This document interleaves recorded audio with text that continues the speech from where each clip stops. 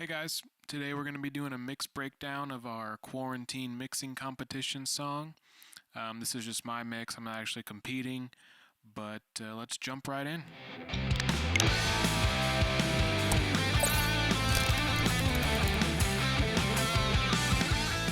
Okay, so to start off, I'm just going to let you hear a little bit of this mix so you can get an idea of what's going on and what it sounds like currently.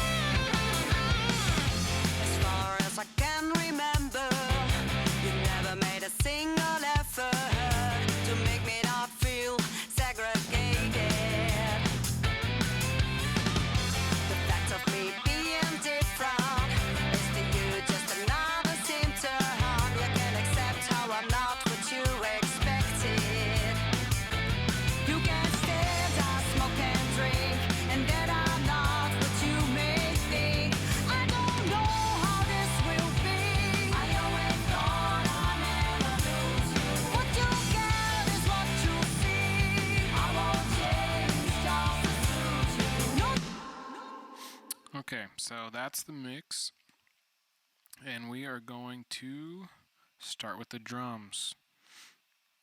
So first thing is the kick.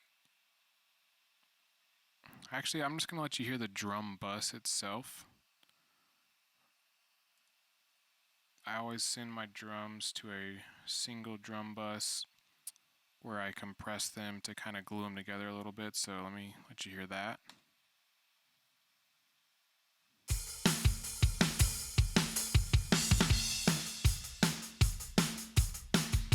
So not too much compression on the drum bus, but it just kind of adds a little glue to help the drums sound cohesive. So let's go to the kick. For the kick, I divided, it's the same track, just duplicated. One of them is operating as the sub kick, and that's this one. It's being triggered with slate, and then everything is cut out except for the 50 hertz sub range.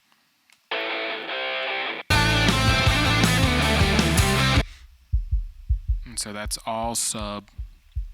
And then here's the top kick.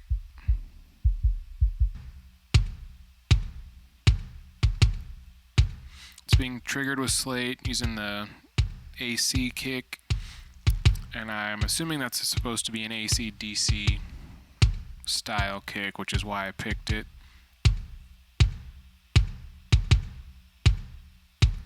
And then that's going into the channel EQ just to get rid of all the subs to make this the top kick specifically. And then finally into the SSL, where I am, kind of molding this sample. The sample had a little bit too much high end for me, so you can see I'm cutting the pretty significant shelf on the high end. This is what it sounds like with nothing. And here's my processing. And then also on the sub kick, I'm compressing it pretty hard just because I want that bass and low end information to be nice and consistent and not wobbly. Next, we'll move on to the snare. Just wanted a super fat snare. This one's also being triggered. Same AC DC snare from Slate. Then I'm using the SSL G from Brainworks. I pretty much have the SSL G on a lot of channels on this, all the instrument channels on this track. So just using the SSL compressor. You can see it compressing about 6 dB. And then not too much EQ wise, just because I liked the way the Slate snare sounded by itself, but I am just doing a little bit of a boost at 1 60 to give it a little bit more beef.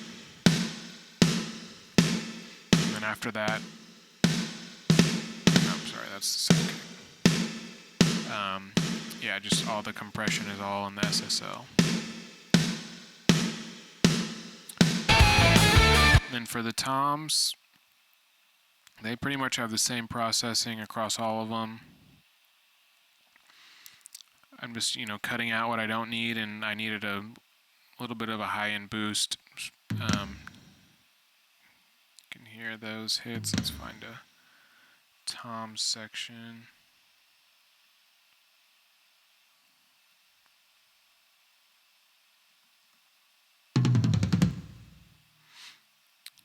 Nothing crazy, just scooping the mids a lot to give them that sound. I'll let you hear before and after on the toms.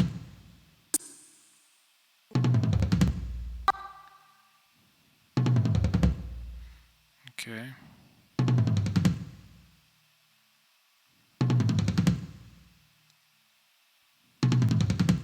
So you can just hear it just makes it more thick and meaty. And then on the toms, I don't do hard panning. I just pan them. You can see I have them at 35. And then the two middle toms are, just slightly off center. And then the floor toms at 34 the other way. Just whenever they're hard pan, they sound funny to me. So next is the hi-hat mic. This hi-hat was really dynamic, so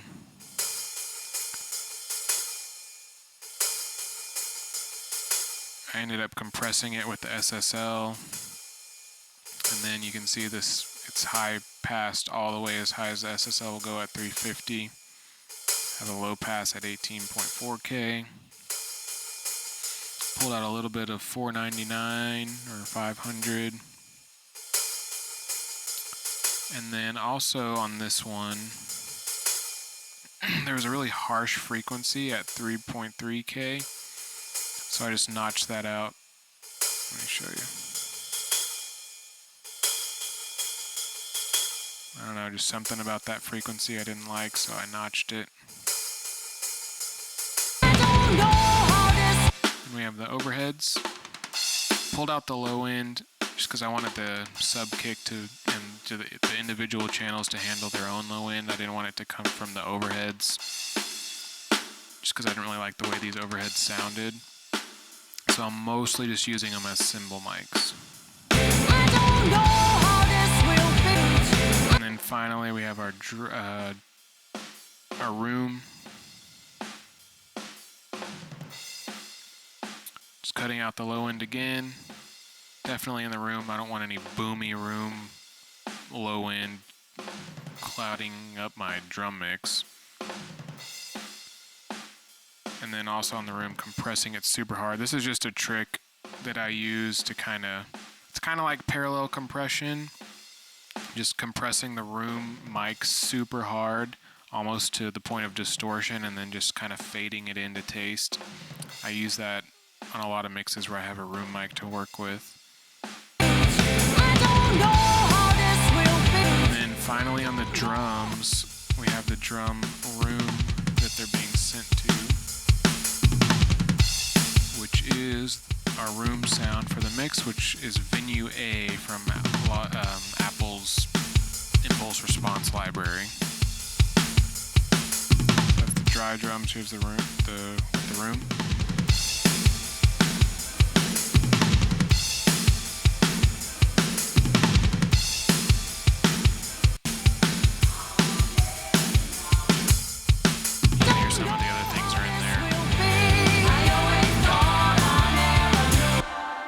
So let's move on to the bass. I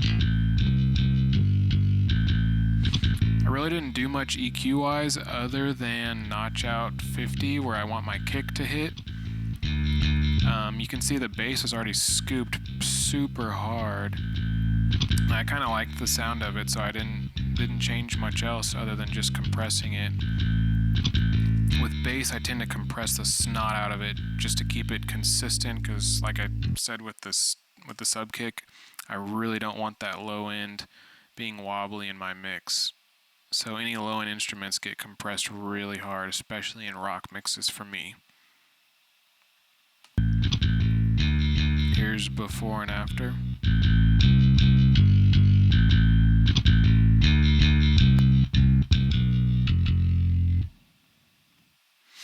And now we can move on to the guitars.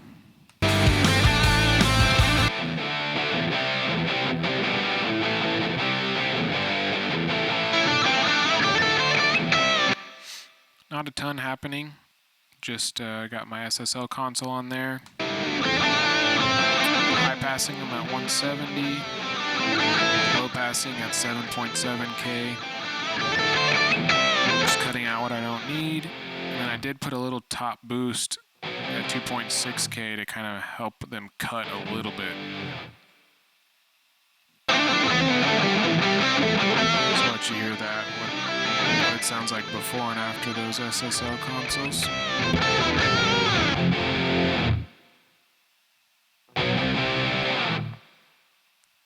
You can hear the low end pulled out, and that's just so I can let the bass handle the low end. And then all the guitars are being sent to the same room as the drums, kind of glue all the instruments together a little bit more. And then I did want to talk about this intro guitar, which is just a phaser.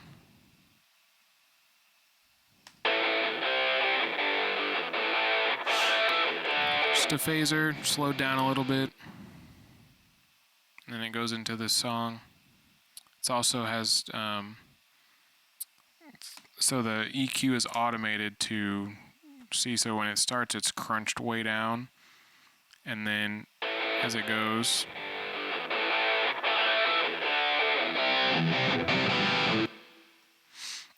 and that kind of gives it even more of a phase and swoop effect, so you can hear it go, and that's how you do that. You just automate the high cut and low cut.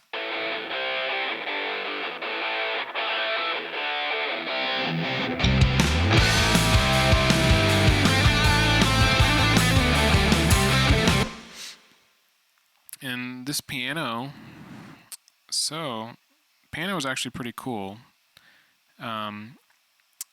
It wasn't a prominent instrument, and I didn't want it to be super loud just in the final mix, so I decided I'm just going to distort it and kind of, really make it a crunchy style piano. So this is what it sounds like. The EQ just pulling out the lows. And then the fun part is I added this pedal board, added a drive pedal. This is just Logic's pedal board plug-in. Added the the R compressor to kind of add some character and really smash it. And then finally I added the fake doubler, the real ADT from Waves. And then this just, spreads it out and makes it basically like it's double tracked, but it's really not. So here's what it sounds like before and after.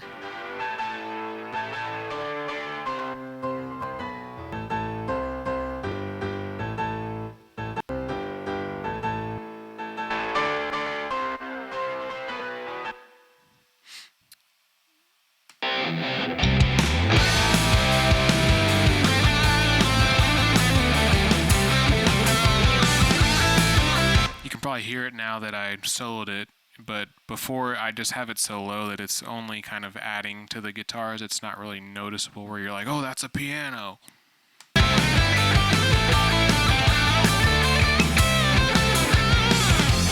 far as I can. Next up is just this little track. There's not really any processing happening. It's just a effects loop from Logic. It's just to kind of like add in that build.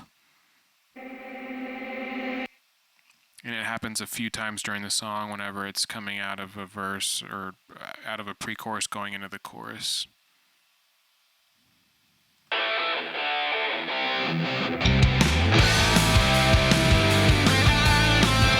that I'm not what you may think. I don't know how this will be. It's just really low, just, barely noticeable. It just kind of adds that ear candy effect. And so next is the vocals. Far as I can remember. On the vocals, I wanted to do something different just because on their own they sounded a little just kind of empty and dry, so I wanted to add some character, and just how I did that was adding some saturation. I have this soft tube saturation plugin, and then also some distortion on the verses by themselves. Never made a single effort to make me not feel segregated. And then just to kind of drive in the point of the telephone effect, I added, just a further high cut and low cut. As far as I can remember, you never made a single effort. So that's the effects, and then my typical vocal chain is the Renaissance plugins from Waves. So we have the RDSer, To make me not feel XSs, segregated. the REQ, high passed at 220. It's a female vocal. You don't really need anything below that, or at least on this song. And I add a little mid-range, or kind of high mids boost to just further accentuate that telephone effect, and just kind of the telephone effect of the whole song. As I can remember. And then on vocals, I always do serial compression just because I like the way it sounds. I like the smoothness that it adds, and so my serial compression looks like this. It's 2 R compressors. The first one's at 2-to-1 ratio. Second one's at 4-to-1. Fastest possible attack. Pretty fast release. And then I usually let them take off about 6 dB each. You never made a single effort to make me not feel segregated. And I can do the befores, but this channel strip has so much gain being added with the distortion that it's going to be super low. Can remember. You never made a single effort to make me not feel segregated. Okay, now let me jump back up. Keep that in your mind.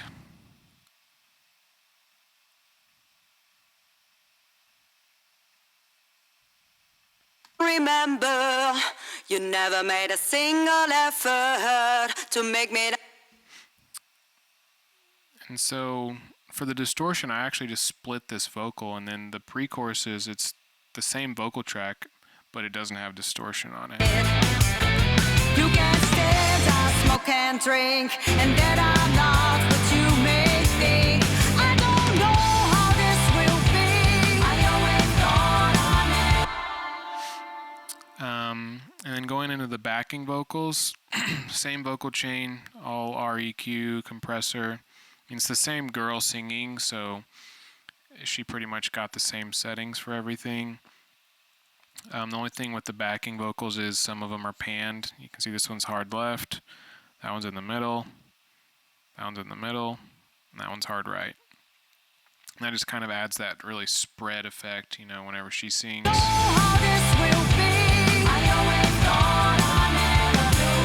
Kind of contrasts the backing vocals from the lead vocal.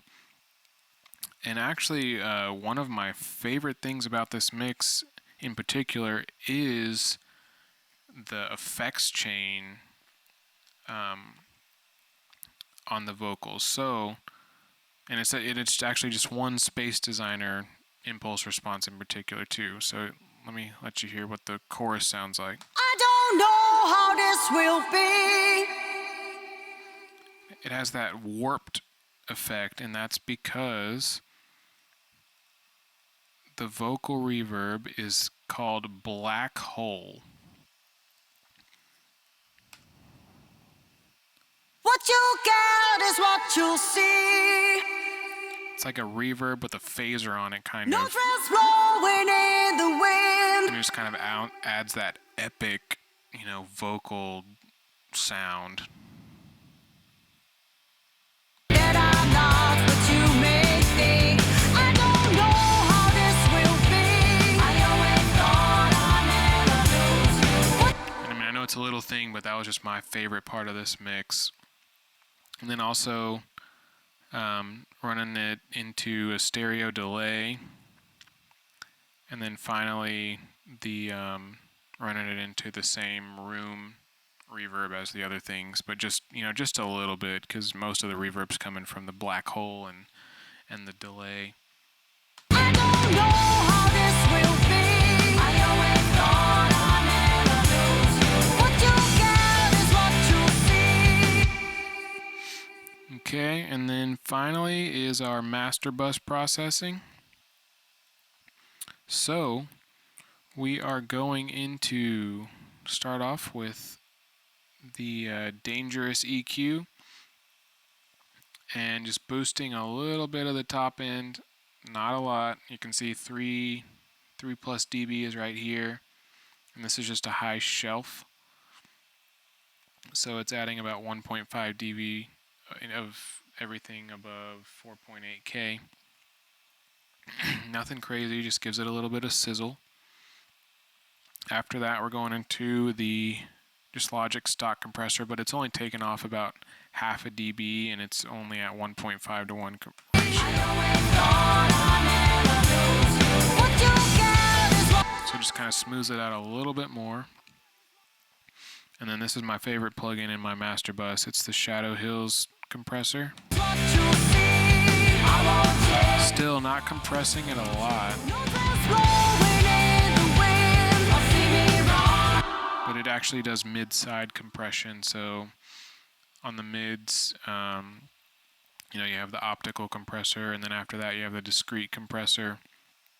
And then I'm also doing, it has this stereo width knob, so you can do you can have your normal 100%, but this particular mix I added 110% stereo width. So you can hear I'll let you hear the difference between that. Here's off.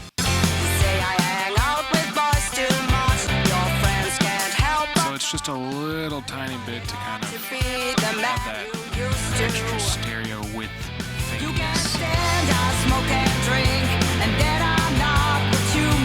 Next is the multipressor to kind of smooth the whole balance of the song out.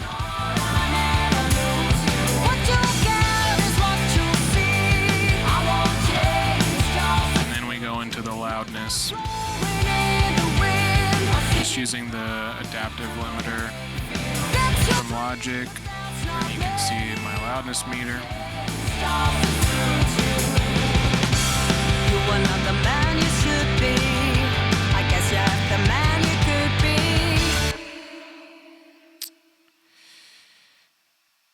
And that is pretty much the whole program. So if you have any questions, hop on over to MixChecks and ask them, and I'll be happy to help as much as I possibly can. You can post your mixes, and I'll give feedback. And that's pretty much the whole program. So I will see you guys next time.